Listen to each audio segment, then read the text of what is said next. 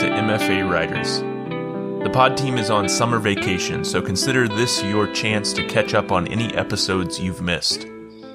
This week we've got a re-release of an early episode featuring Alejandro Puyana, who attended the Michener Center for Writers at the University of Texas at Austin.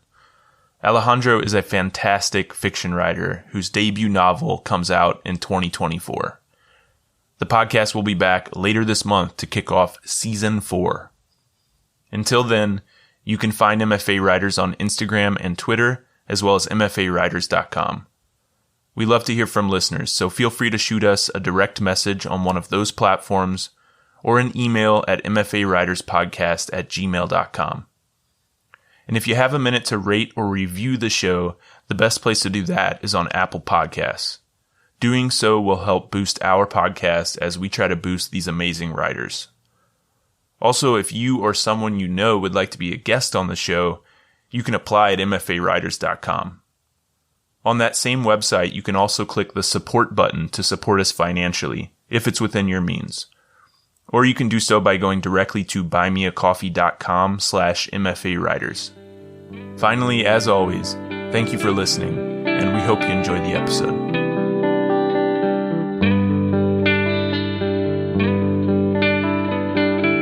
Welcome to MFA Writers, the podcast where we talk to creative writing MFA students about their program, their process, and a piece they're working on. I'm your host, Jared McCormack. Today I'm with Alejandro Puyana, a second-year fellow at the University of Texas at Austin's Michener Center for Writers. Alejandro has published nonfiction pieces in The Toast, Tin House Online, NPR, and The Huffington Post, and fiction at Wizache, The Examined Life, and Idaho Review. His short story, Hands of Dirty Children, was chosen by ZZ Packer as the winning story of American Short Fiction's Halifax Ranch Prize, and later chosen by Curtis Sittenfeld to be included in the 2020 Best American Short Stories collection.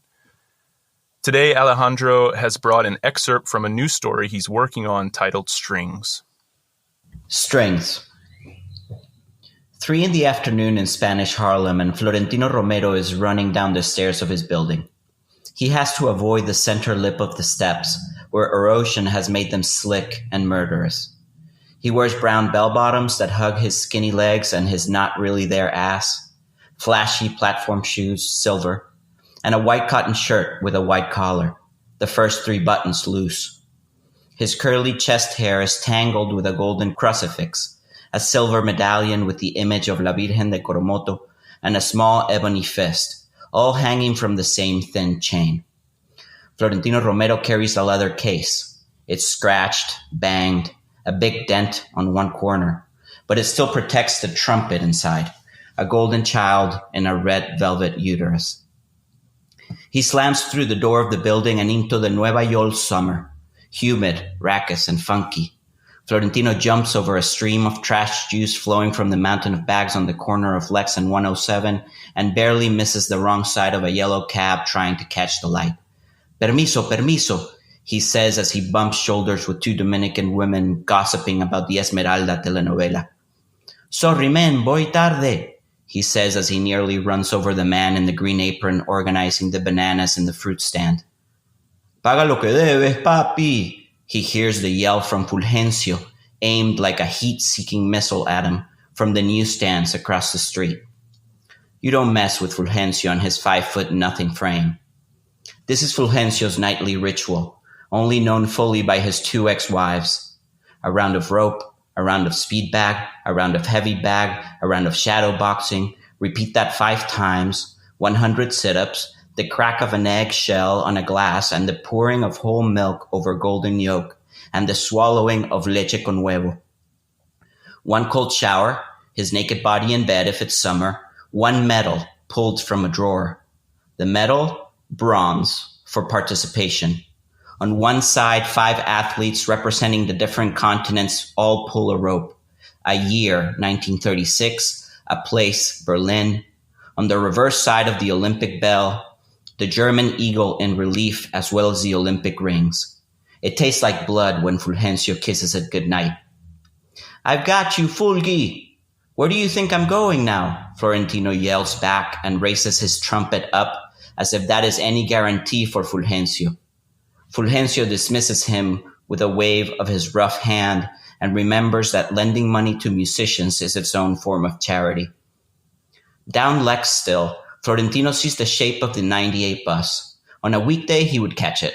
His strides are long, his lungs, a trumpet player's organs. The last time he ever remembers being out of breath was in primary school in Venezuela, playing sandlot baseball with Tulio and Gonzalo and El Flaco and the other kids of Fe y Alegría. At first, the Jesuit priests had no idea what to do with a ball that you didn't kick. But by the 7th grade, the sandlot was equally populated by pimpled teenagers and balding Spaniards in black robes. But today, on a Sunday, the bus isn't trapped by traffic. It pulls out of the bus stop and Florentino is still half a block away. The sputter from the bus's exhaust feels like a cackle. Florentino looks at his watch and makes the calculation. He actually considers walking an hour and a half, an hour if he rushes, but Chateau Madrid is not the type of gig you get too sweaty or late. The Black Cat, the Corso, even Ipanema, he'd be good. But a Chateau Madrid matinee is the type of gig where people notice, where a 60-something man in an impeccable blue suit could whisper to the maitre d', "That spick with the trumpet seems a bit disheveled, don't you think? Maybe we should have a talk with the band leader about it. For next time." Then there's no more Chateau Madrid gig for Florentino. An easy job that actually pays, where the tips flow at whiskey sour rate. The first two are free at the Chateau on Sundays. He's on 103 now and walking down the steps of the subway, 6th line. He hates it. He hates the smell, bouquet of urine and dust. He hates the way his skin turns chicken-like and clammy as soon as the cold draft hits him halfway down the steps. He hates looking up at the ceiling and feeling like the whole world could cave in at any moment and crush him. The Chateau gig, though. He owes Fulgencio. He owes his landlord. He owes Graciela, the Puerto Rican waitress he flirts with over at Sal's. "I'll get you next time, mi vida, te lo prometo." She didn't seem convinced. He hasn't sent money to Venezuela in 2 weeks. His mom doesn't mention it in her letter. She's a saint. But the shame strikes from between her cursive penmanship like a jaguar from tall grass. Alejandro, thank you so much for sharing that with us, and thanks for being here. Oh, you're welcome. Thank you for having me. I'm so excited that you chose to read something that's like in progress. I'm really curious to talk about your process writing it, like where you are in that process, how you revise, all those things. And like as I was reading this excerpt, one thing that really stuck out to me was just some of these like really wonderful lines and descriptions that are already in this piece. A couple that I love are the apartment steps where erosion has made them slick and murderous. And that last line, how his mother's shame strikes from between her cursive penmanship like a jaguar from tall grass. I think that's beautiful. Oh, thank you. And this excerpt is very atmospheric. The sights and the sounds and the smells of this neighborhood are front and center. So for you, what most often propels a first draft? Is it a character or a setting that gets you going, or is it usually like a plot point that you're working towards? Yeah, for me, very usually it's actually a subject matter that I'm interested about. I think character actually comes a little bit later. In this case, I really wanted to tell a story about this huge Latin American concert that happened in Zaire in 1974, where a bunch of musicians were flown over for the Muhammad Ali Foreman fight. And I've been in love with that story. I've seen documentaries about it, and I really love salsa music, and I wanted to write about that moment in time in New York City when salsa was really sort of starting to explode. So I knew I wanted to write about that. And then, you know, having that subject in mind, I've sort of known that I was going to write about this for like at least a couple of years, 2 or 3 years.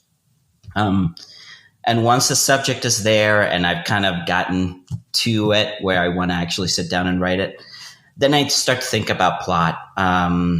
And, you know, I pick a character, but I don't really know much about that character yet.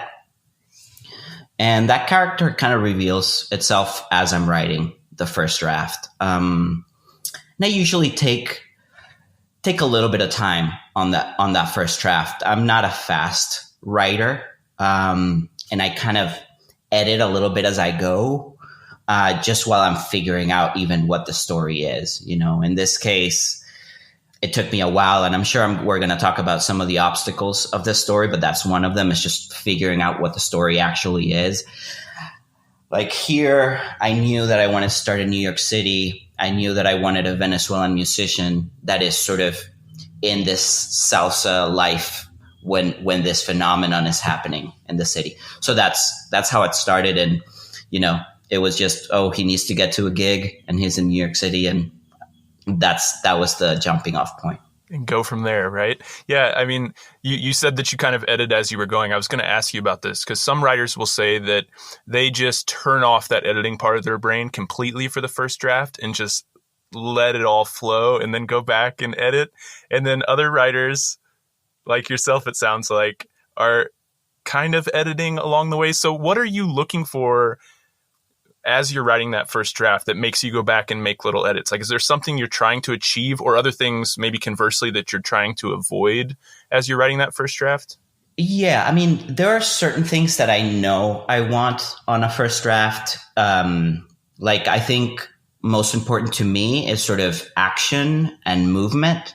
Like, I want to make sure that whatever character I have has an objective right off the bat that they're trying to accomplish. And I don't think that objective, and certainly in this case it isn't, that objective doesn't have to be the heart of the story, doesn't have to be the big question that the story is trying to answer. It just has to be something that gives the character something to accomplish so the reader can be pulled along by one string of tension. In this case, it's him getting to the venue, right? To the show that he's trying to get to in time to. And so once I pick that, I know that for me as a writer, that's going to let me write. That's going to give me something to write towards. So in this case, I started with that. And then things started to populate in the environment. Some idiosyncrasies of the character started to pop up. Like, I could tell that he was sort of obviously having some economic issues. He needs the money. I figured out that he has somebody back home that he's sending money to. I also kind of figured out that he's a guy that actually works pretty hard, that he's not like just this guy that lazies around, but all that sort of stuff started to populate his character. But then I run into the issue, because it's a first draft and I'm kind of like making it up as I go along, that I need to go back and sort of fine tune some stuff before I can feel confident enough to move forward. And I wish I was the writer that didn't do this. I wish that I could just move on and just kind of keep a mental note of things that I need to fix later. But it is important to me to sort of, at the sentence level, have things that sort of look nice or have a certain sound that is pleasing to me or a certain rhythm. And it's very hard for me to move past that if I still feel like it's clunky or so. Yeah, it's not a slow process for me to get the first draft out, but it works for me. Yeah.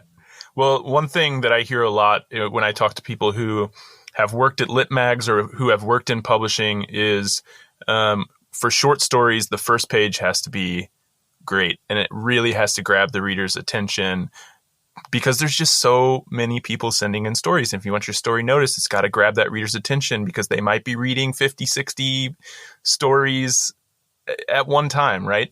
Yeah, so totally. Is that something that you're thinking about when you work on a short story? And if so, are you going back and like fine tuning that first page? Is that like a thing that you want fine tuned before you move on? Like really have that hook?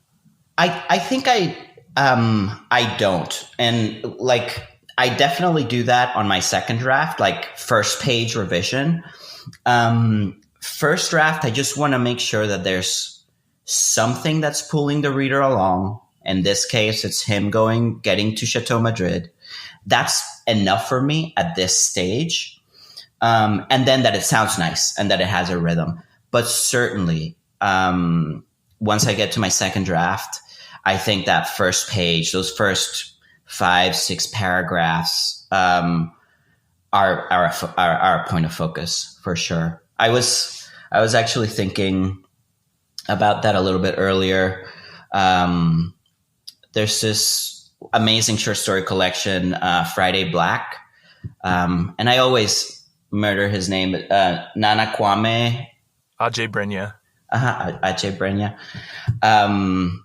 I love that collection, and the title story in that collection has an amazing first page because it sets up the world really nicely. But what really captures me from that story is, I think it's in the maybe 4th or 5th paragraph, when he sets up that there's a competition to see how many coats each salesman sells.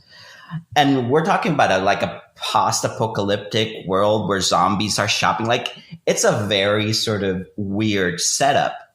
But that line of, oh, I'm going to sell the most coats because I want to get this prize for my mom, that's the sentence that for me is like, okay, this story has hooked me now, not because of all the zombies killing themselves to get in and buy stuff, but because there's something at stake for this guy that's selling coats, you know? Yeah. For anyone who hasn't read that collection, number one, go read it tomorrow because it's fantastic. But that story in particular, Friday Black, is a play on Black Friday. So yeah, that's interesting. This is something I've been thinking about recently too, because I've been doing a practicum this semester at New Letters, which is published here at my university. It's a great literary magazine, and I've got to read through this slush pile and start thinking about some of these things that really catch a reader's attention. And so I have been thinking about that first page. But I think this is kind of what you were saying, that it's more important when I'm drafting a story for the first page to motivate me to keep writing. Something in there is exciting me to keep writing the draft. Yeah. And then once it's out, once it's finished, I can go back and revise the first page with the reader in mind. So first off, is that kind of the same for you? And then second, when you go back to revise and start thinking about revision, what are you looking for when you examine that first draft? Yeah, no, that's exactly how I feel about it too. I mean, it's so important for the writer to be excited about the material, for it to really sort of move and sing when later on.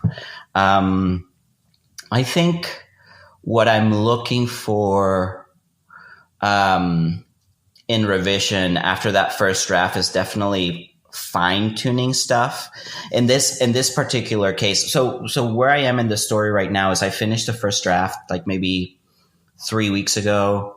I've had a chance to workshop it in one of my workshops at the Michener, so I have a lot of stuff a lot of feedback that I've received, and now I haven't done anything with it. I'm just sitting on that and kind of just thinking about the piece, not even taking specific time to think about it, but just letting it marinate and sort of think about it. But I know that once I get back into it, the first thing I'm going to look is at at that first page, those first 2 pages, and sort of tighten up as much as I can. And then for this particular story, I think what I'm lacking a little bit in the first few chapters is sort of emotional stakes. I mean, there's a lot of movement. There's people coming and going, and he has to get something done. But there's certain emotional registers or thematic things that are still not coming through. Later on in this story, it's sort of divided in 2 point of views. There's Florentino in the 1970s in New York City, and then his grandson later on in Venezuela, who's also a trumpet player. But for the national orchestra, for the youth orchestra in Venezuela, which is a very sort of lauded youth orchestra, the Simón Bolívar Symphonic. So there's the heart of the story is really the relationship between the grandfather and the grandson. And there's certain emotional registers that come across later on that I want to start sort of at least planting seeds in this first few pages for it to really pay off later. So now that I have the story and I know that that's the heart of it, for me, the challenge is in this revision, how can I start injecting some of those emotional stakes into the beginning of the story? When I was writing it, I didn't even know what the story was going to be about. So, of course, they just don't exist on the page yet. So it's folding in all the stuff that I discovered later on while I was writing the story, is folding that stuff into the beginning of it and making sure it makes sense as a complete piece. Yeah, that totally makes sense to me. So it's like what I'm hearing is it's really about finding that balance when you're drafting a piece between like trying to hook the reader and get the piece moving, but also leaving space to figure things out as you go and let the character, like you said, the characters sometimes don't really develop until later in the story. And some of those themes, those characters, those are coming to you later in a draft usually. Yeah, usually. I mean, it varies from story to story, of course. Like I think with Hands of Dirty Children, that character came much more clear to me early on. Like I feel like the first draft of that story, the character came much more fully formed than this one. And maybe it was, because of the emotional weight of it, because of the inherent drama of children living in the streets, and because it's told from a kid's point of view. Like the voice is all like, for me, the voice was already going to have to be kind of at the same time innocent and at the same time very practical, because the kid is surviving in the streets, but he's still a child. So there had to be those two components that kind of like danced with each other. So in that case, I think the voice and the character came a little bit earlier than on Strings. And then on most of the other stuff that I've written. Usually a character sort of like builds as I write, or more than building the character, I think I discover the character as I write through the story. And then second draft is all about making it look like I had thought about that from the very beginning. Exactly. I love that. So you go back, you're doing your vision. How long does it usually take you to revise a piece before you're like, okay, this is done? And then second part of that question, how do you know it's done? And how do you, like for you, how do you know that it's ready to submit? Is there something that jumps out to you, something that tells you that? Yeah, I think me knowing that it's done and me knowing that it's ready to submit is two different things. Like I often submit before I feel in my heart that the story is perfect. Because I think, at least for me, when I finish writing a story and I've worked on it for a little bit, I get impatient with it, and I know that it might need a little bit more. And I know that it could be more perfect, but I get impatient with it. And I just say, all right, this feels good to me. There's some rough edges that maybe even add sort of energy to the piece, that if I smooth them out more, if I try to tighten it more, I might even start losing some of the vibrancy of the story. So once I've revised it a few times, and I know that the core of the story is there and that the language is pretty, like I like the way the story sounds, even though there might be things to perfect, I think most of the time I just stop there. And I start sending it out. And if I get plenty of rejections, which is usually the case, usually there's some stuff that starts to kind of float up. And I'm like, okay, maybe this section needs some work. So this story, Strings, takes place in New York City, as you mentioned, but that other story you mentioned, Hands of Dirty Children, which won the Halifax Ranch Prize at American Short Fiction and was later included in the 2020 Best American Short Stories collection, is based in your home country of Venezuela. So I wanted to talk about that a little bit. Mm-hmm. How important has your experience in and connection to Venezuela been to your writing? Yeah, I mean, it's the reason why I write, pretty much. I grew up in Venezuela, went to high school and college there, and I moved to Austin in 2006 for grad school. I was 26 then, and I came to do a master's degree in advertising. And the Venezuelan political situation already then was really tough, and now is just as tough, as not more. The country is sort of economically in crisis. There's a lot of issues that we're dealing with, both political, economical, societal. It's very complex. But when I left in 2006, my whole family was in Venezuela. There were plenty of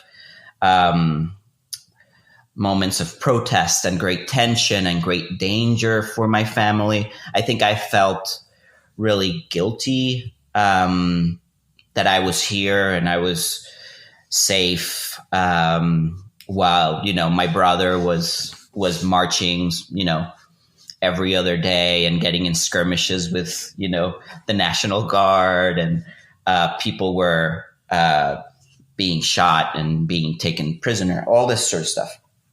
And, I had written a little bit in college in Venezuela. I had sort of written some short stories, sort of imitating some of my favorite writers at the time. And I had shown it to a few people. I mean, I liked doing it, but I'd never considered it a path that I could take, later on in life. But with this, being in Austin, being obsessed with watching the news about what was happening back home, and being on the phone with my parents and my brother all the time about, what are you guys doing this weekend? Are you guys going to be safe? Where's the march? Where are you guys beginning?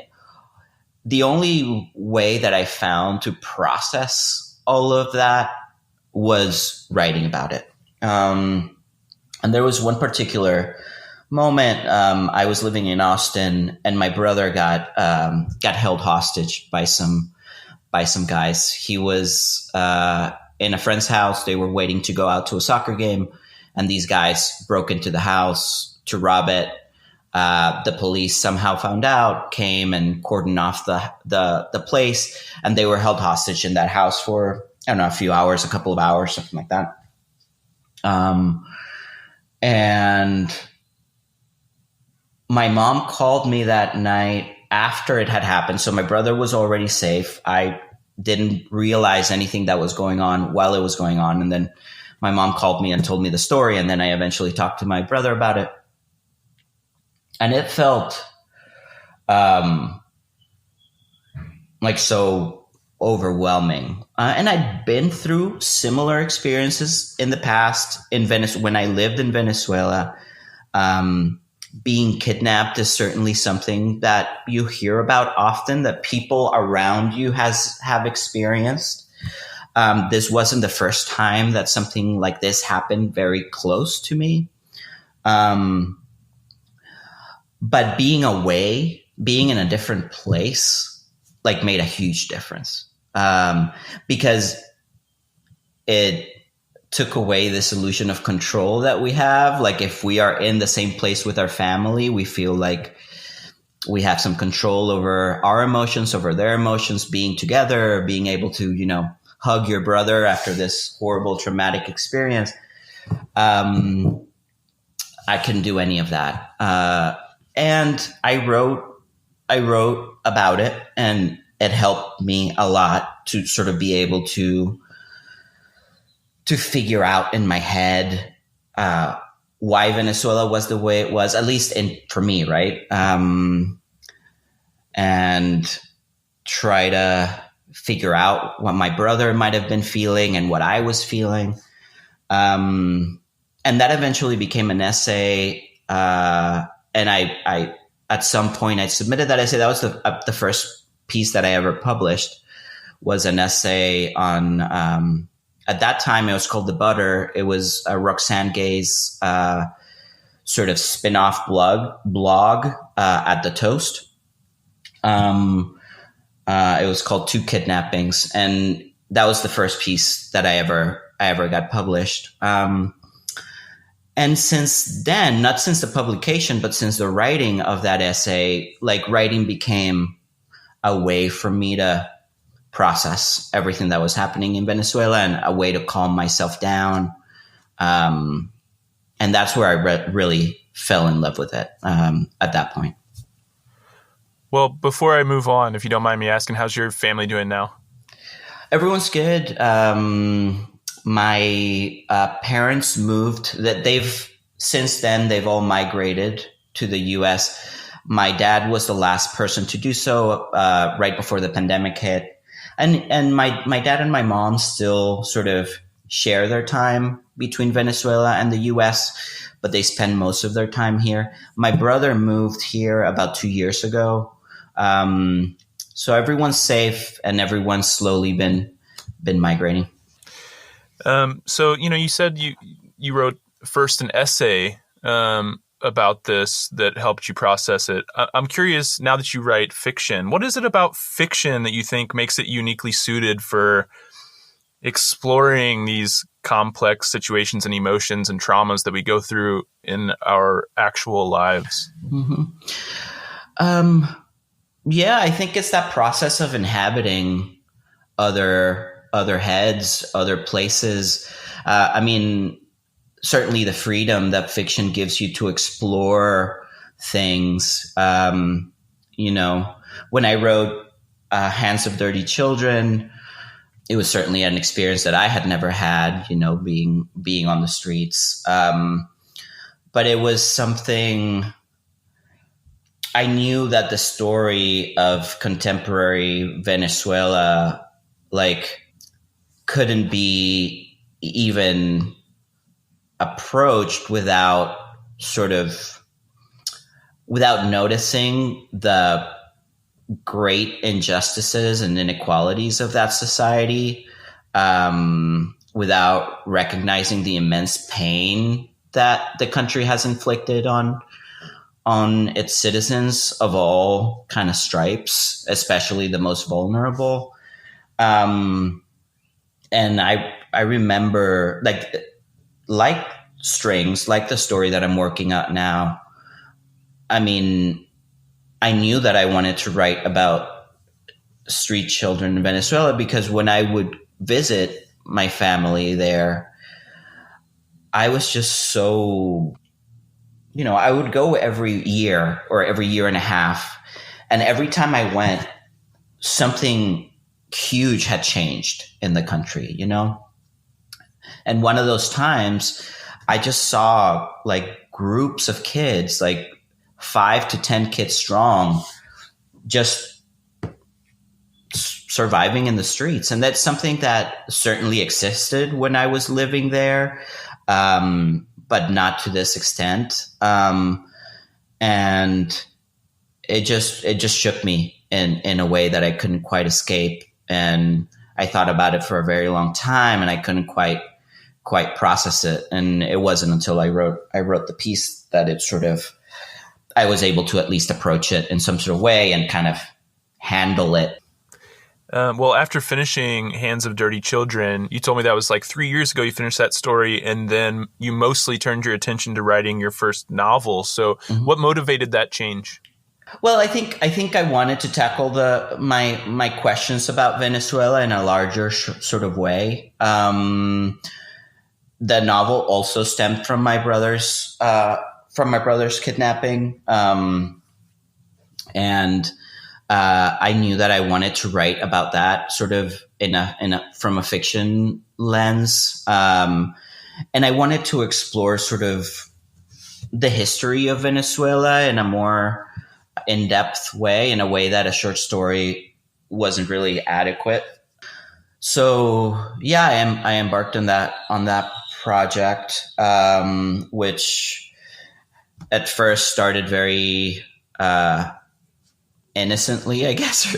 I thought that it was going to be just like I would write for a few months. I would, get to 80,000 words and, it would be done. But of course, that hasn't been the case. And it's been sort of ballooning, and I started working on it for a workshop that I found in Austin a few years ago, and worked on it there. And then eventually, when I got into the program, then really, really sort of focused on that. And I also just wrapped up the first draft of that project about a month ago or a month and a half ago. So I'm very excited to jump into the revisions for that, which will take obviously a lot longer.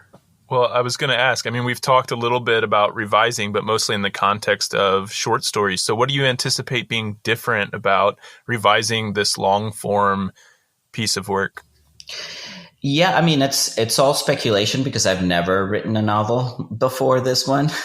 So it's all new territory for me. I know it's going to take a lot of work. Thankfully, and I'm sure we're going to get this when we start talking about the Michener, but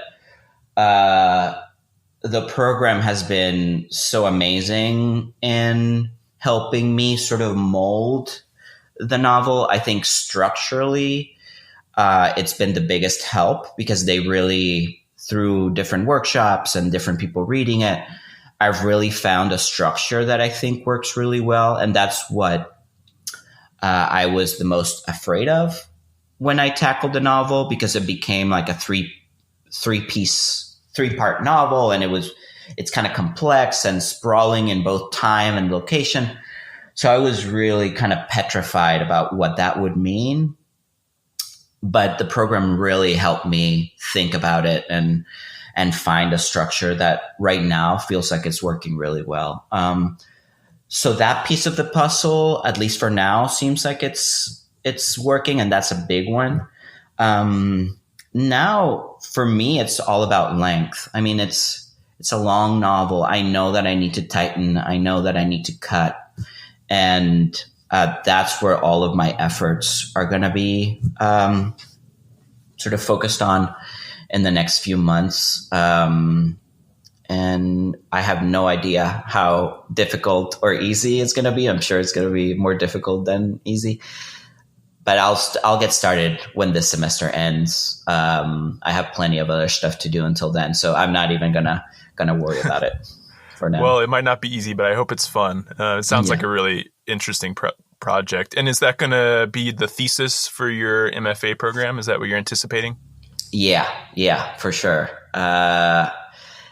It's going to take. I'm on the end of my second year, so I have one more year left in the program, and it's going to be all working on that until I finish. It sounds exciting. I can't wait to read it. But yeah, let's switch gears a little bit and talk about the Michener Center for Writers. This is one of two programs actually at the University of Texas at Austin. But what sets the Michener Center apart is that it's a 3-year fully funded residency program that does not require any teaching. The idea being that students can fully focus on their writing while they're in the program. It's a pretty prestigious program. It's generally considered one of the best in the country. Only 12 writers are admitted each year. According to the website, the acceptance rate is less than 0.5% in fiction and between 2 and 3% for the other genres. Someone hearing that might get discouraged at these facts and figures and maybe not apply at all. But you did the opposite, applying 4 times before getting accepted. So please tell us about your decision to apply in the first place and what made you continue to apply after being rejected the first 3 times. Yeah. First of all, I'll say that there are plenty of people that get accepted into the Michener after their first try. Like 2 or 3 times is not uncommon at all. A lot of people, it happens like that for some of us. For me, like I had to stay in Austin. I had started a business in 2014. I couldn't really move. And I knew that I wanted to pursue the writing thing. So I applied to all of the programs that were around here. I applied to New Writers Project, which is the other program at the University of Texas. I applied to the Michener, and then I also applied to Texas State, which is just an hour away in San Marcos, Texas. And I knew I needed to stay here. So that's the reason why it felt okay to just keep applying, because I knew that I couldn't sort of broaden my search for a program. I knew that it was an amazing program. I knew that it was worth it to keep applying. And I also knew that I was getting better at the craft of writing. I mean, I found a workshop outside of university that really helped me sort of fine tune my stories. I had a group of people that I showed the work to. And I mean, I quickly realized that the application that I had sent in the first year wasn't good enough. I mean, I still needed to work on writing. And I can honestly say that without those 3 years of having a workshop outside of school, of really working on different stories, that I would have never gotten in, right? Even though, I mean, you know, I felt that first year that I applied that I had an interesting sort of point of view, something, and I had sort of a passion in me that could translate into really good writing with some help. But I think the reality for most programs in the U.S.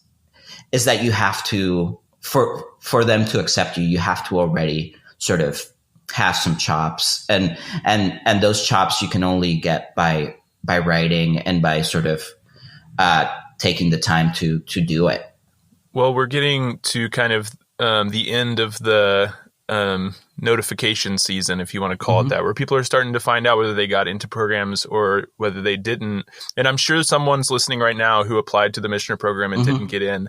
And I would encourage you, go out and buy a copy of Best American Short Stories at an independent bookstore, as Alejandro would say, and or go to Electric Lit, where it's been reprinted there as well. You can read it for free, and read The Hands of Dirty Children. That story is fantastic. And just the idea that, like, you took your time, you worked at it, you improved, and you became this writer who can write a story like that and get into Michener. It's just a matter of keep going, keep writing, believe in yourself, keep getting better, because it's a continuous process, right? Like Exactly. You never stop learning as a writer. So I'm curious then, what do you feel like you've learned about the application and selection process at Michener that might be helpful to applicants who are listening? Yeah, sure. So the first thing I would say about that is that the most important part of the application, like 100%, is the writing sample. If the writing is good, then that's your ticket in. So definitely to focus on the writing sample the most. I know the process. There's a pool of readers that the Michener Center has that are sort of the first people that read the work. They're very, very smart readers, but they're not faculty. They're not decision makers. They're just basically reading the pieces and separating into maybe piles, no piles, and I really like this piles, basically. And I think for that, some of the stuff that we were talking about earlier in our conversation is really important. And it's those first few pages need to really, really work very well. Because usually, like readers for a magazine, like readers for journals, those first few pages are going to be the things that tell the reader, this is worth my time. And, those readers I believe, have to read the story completely. They can't just stop. But those first few pages are really going to make a difference. I've also heard this question a lot, and I'm part of a few of those sort of MFA Facebook groups. They certainly helped me a lot when I was applying. There's a few of them in Facebook. But I hear this question posed a lot there about if I should submit 2 stories, if I should submit 1, if I should submit an excerpt of a novel. And I have a strong feeling that it's much better to apply with just 1 story than it is with more than 1. I mean, a lot of writers feel like if I present range, then the Michener will really like that I can write in these different registers.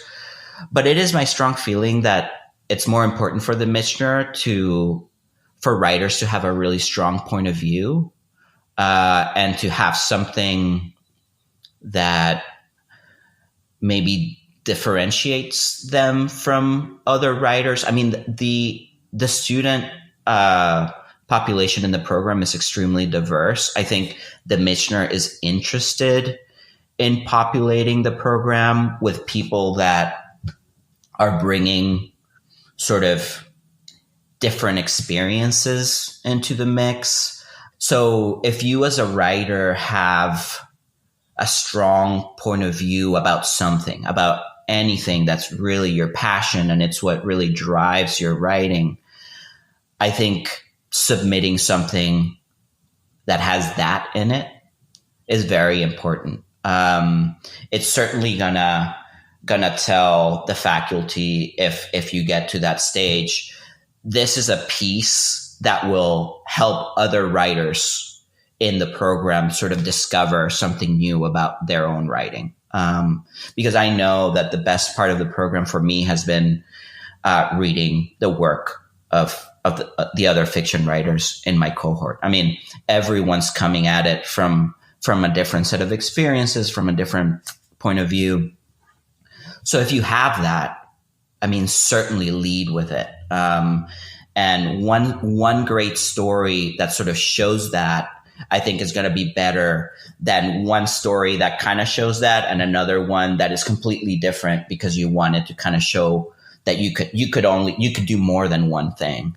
And then also you're writing fiction in this program in your second language, your first language being Spanish. So I wonder if you could talk about that a little bit as well, and how it's been to write in your second language and how supportive the program has been to you as a writer in a second language.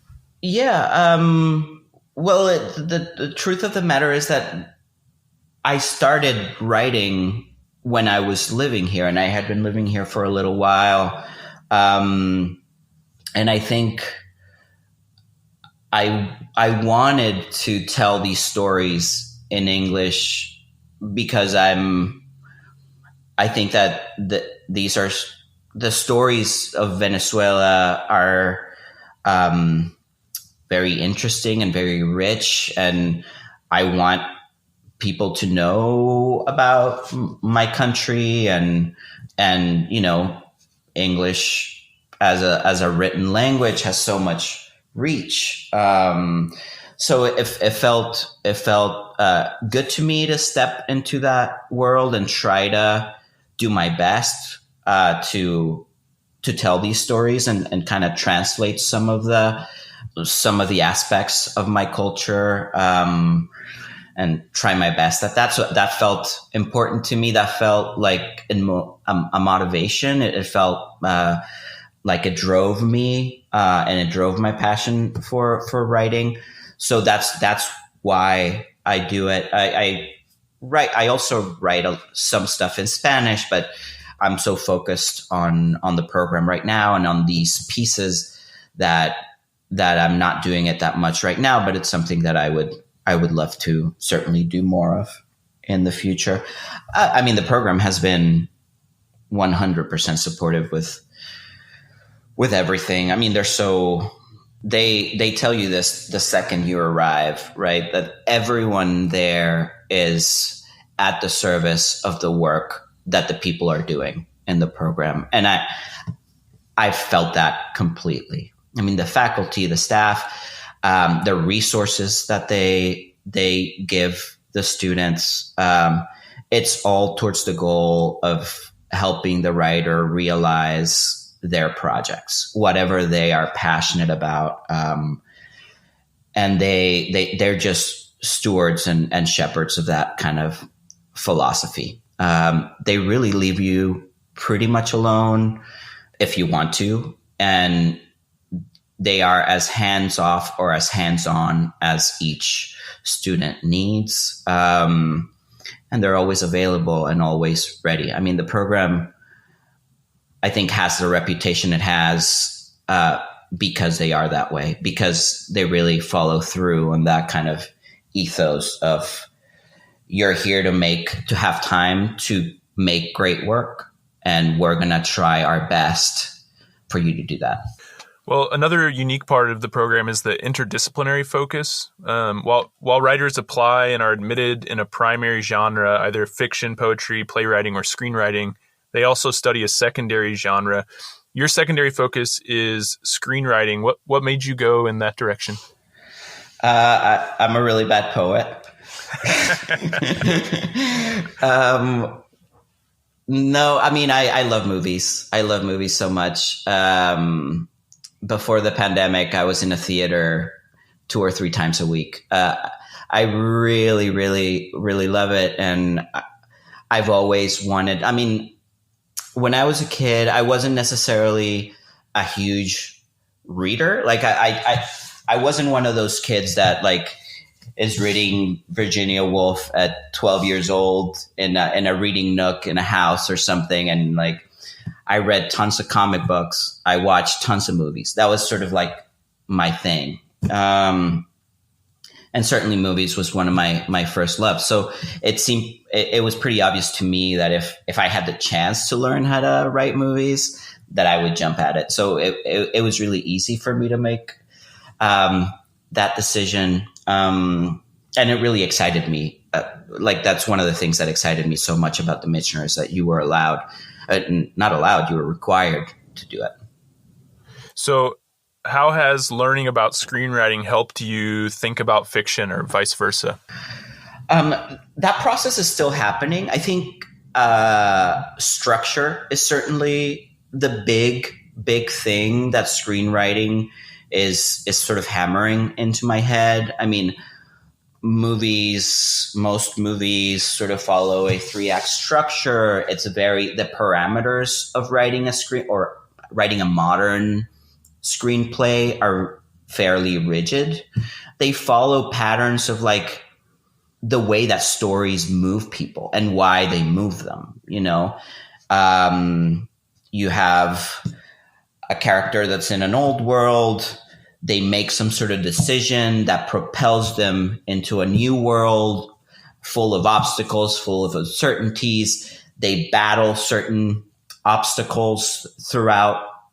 And then at some point, there's a climax, and then there's a resolution. Like that sort of like arc exists because it has an effect on people. It moves people.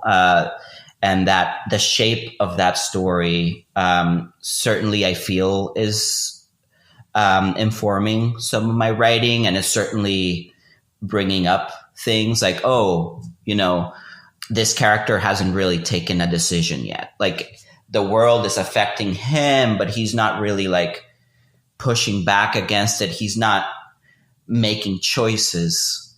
In a movie, I mean, there's obviously also all sort of movies, and some people would say, you know, Alejandro, the 3-arc structure is garbage, whatever.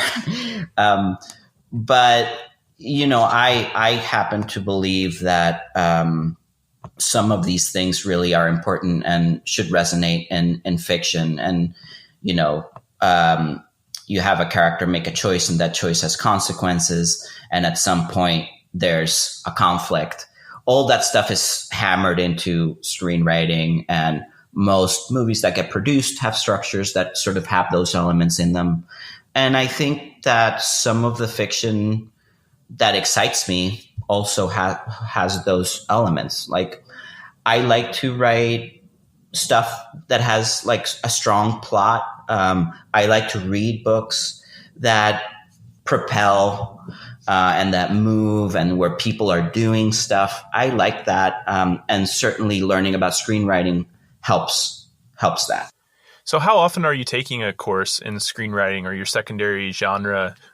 Maybe you could just talk about like what's a general semester in your program look like? Sure. Every semester we have to take 3 classes. There's no teaching load in the Michener. There is a teaching load in the New Writers Project, which is the sister program. And by the way, I do want to take a minute just to talk about the New Writers Project, because it is such an amazing program in its own right. We take the same classes that the New Writer Project people do. We are in the same cohort, in the same classroom, with the same faculty. The support is really kind of very similar. I mean, there are some minor differences in stipend, but the New Writers Project is still very generous with it's a fully funded program as well. Students get a stipend. They do have a teaching component.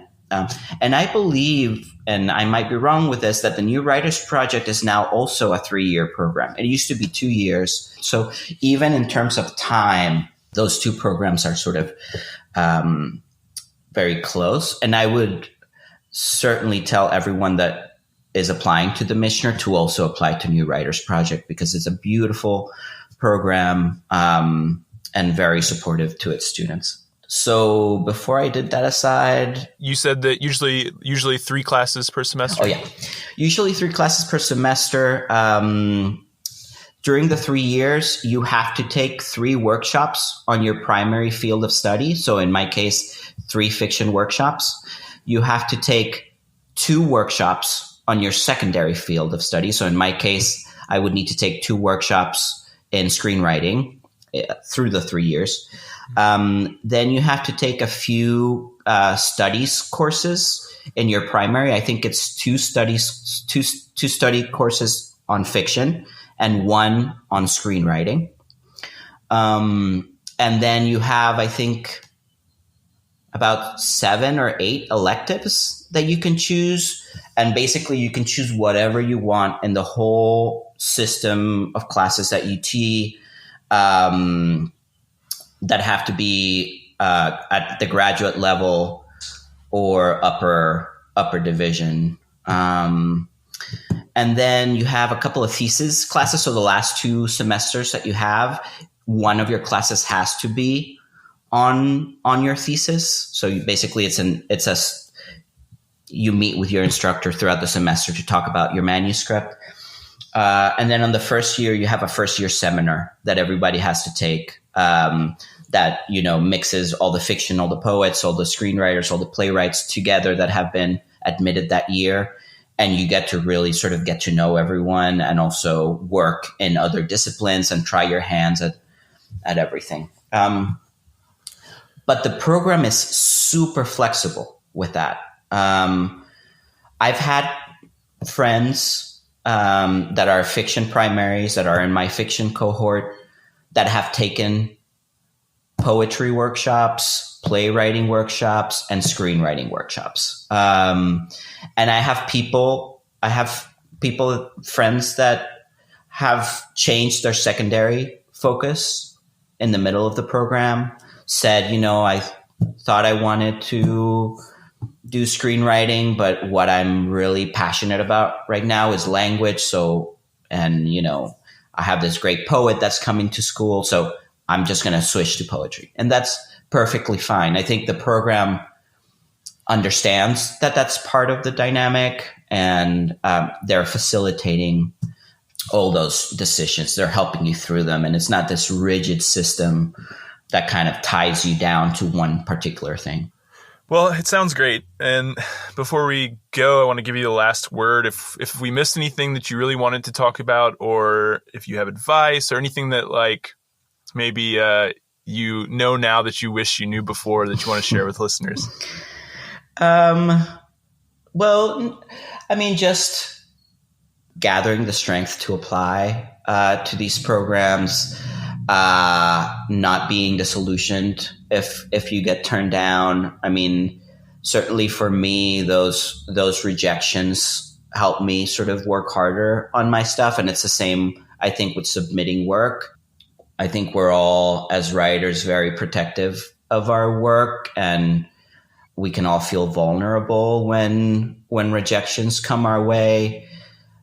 But I think that's just part of writing, and kind of sticking to it makes such a huge difference. So I know some of these programs are extremely competitive, but working on craft and not forgetting that, like, what we're all really trying to do is get better at writing. And these programs obviously help a lot with that.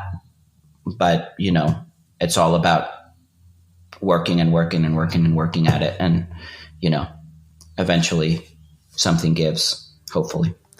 Well, congratulations on the recent success in publishing. And thank you so much for taking a few minutes to stop by and chat with me. I really appreciate it. Oh, thank you, Jared. It was a pleasure.